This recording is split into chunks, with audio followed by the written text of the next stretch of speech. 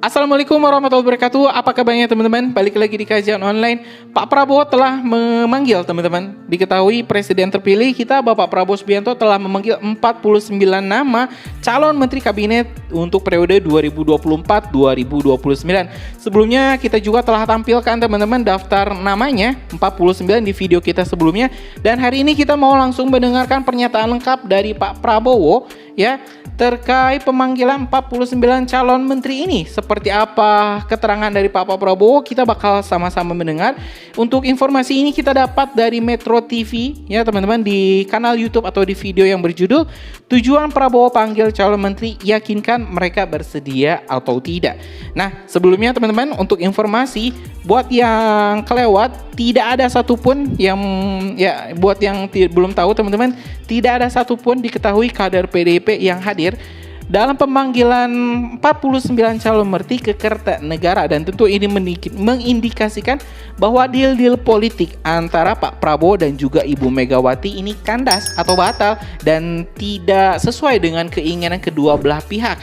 Kalau misalnya kita lihat, memang PDIP di sini meminta jatah menteri yang cukup banyak. Kalau dikasih 1 atau 2, saya yakin PDIP tidak akan mau, karena PDIP adalah partai terbesar di parlemen dengan suara terbanyak di parlemen. Dan kalau misalnya dikasih 4, saya rasa koalisi akan teriak. Ya bagaimana tidak teman-teman, ini partai yang dulu berdarah-darah membela Pak Prabowo.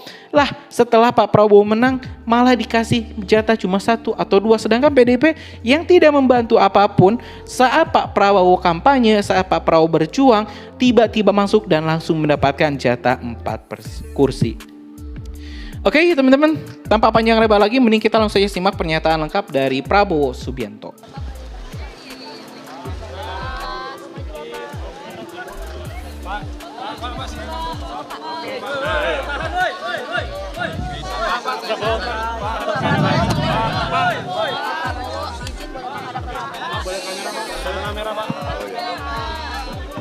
Baik, selamat malam saudara-saudara sekalian, kawan-kawan dari media, terima kasih.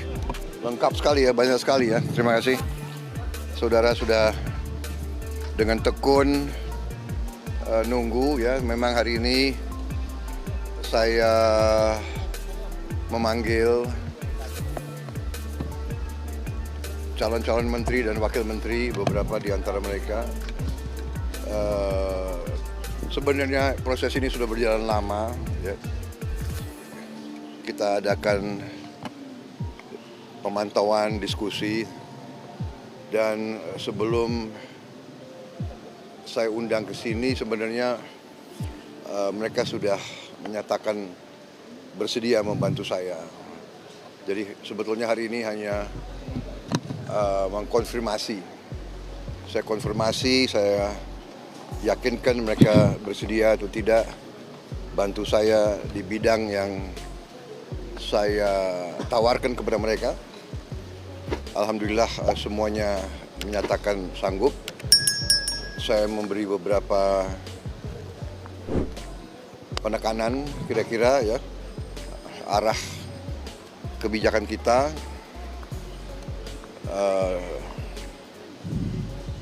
Secara garis besar saya puas ya, dan suasana sangat baik.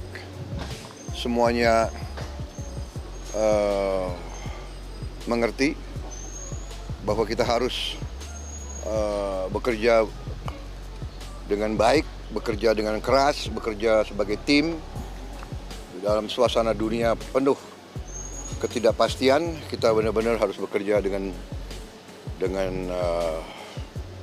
teamwork yang sangat baik. Saya kira itu yang bisa saya sampaikan ya. Jadi sudah malam. Terima kasih. Besok masih ada lagi proses ya. Saya kira mulai sama lah jam 2 besok. Ini kan ada berapa orang lagi, Pak? Masih wamen masih. Calon menterinya? Menterinya masih ada beberapa yang sedang di luar kota. Pak, yang sedang dari beberapa partai belum muncul, Pak. Ada yang dari PDIP nggak, Pak? Insya Allah. Pak, total kementeriannya jadi berapa, Pak? Mungkin PKS Anda tidak perhatikan, tapi karena dia seorang profesional. Jadi begini, beberapa saya terus terang aja saya menyatakan saya apresiasi para ketua umum. Banyak ketua umum yang diajukan orang-orang profesional, ya. termasuk PDIP Ya, ya Pak? ya. Jadi saya kira itu yang saya ingin sampaikan. Ya. Jadi mungkin Anda tidak perhatikan bahwa yang ajukan itu adalah partai A, partai B. Karena yang diajukan justru orang-orang teknokrat, ya. Oke. Ya. Terima kasih. Makasih Pak Prabowo. Pak, sehat-sehat Pak.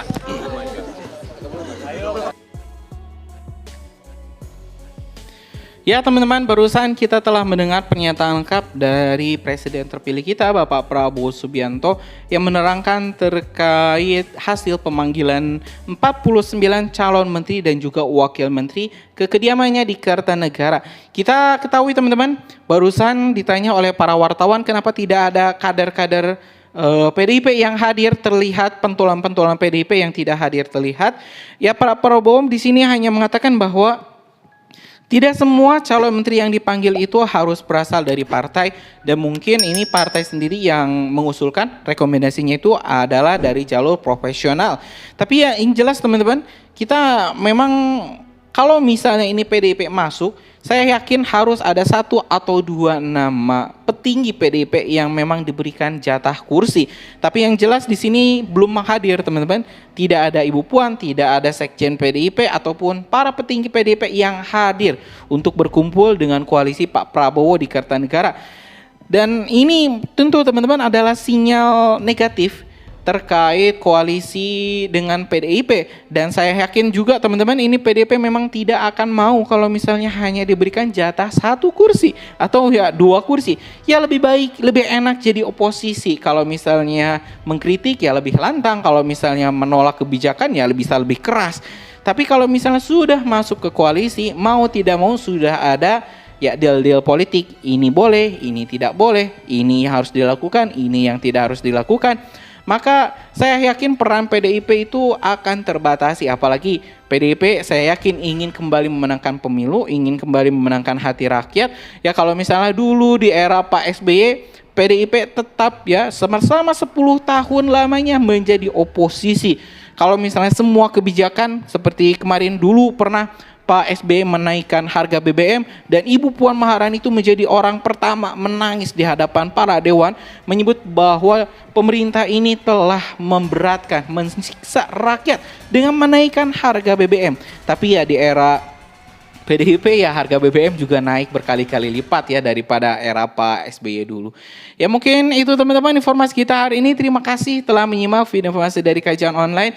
Kita tentu bakal terus update perkembangannya, apalagi nanti bentar lagi ini akan dilantik pada tanggal 20 Oktober 2024. Karena itu jangan kemana-mana teman-teman, subscribe dan nyalakan lonceng notifikasinya.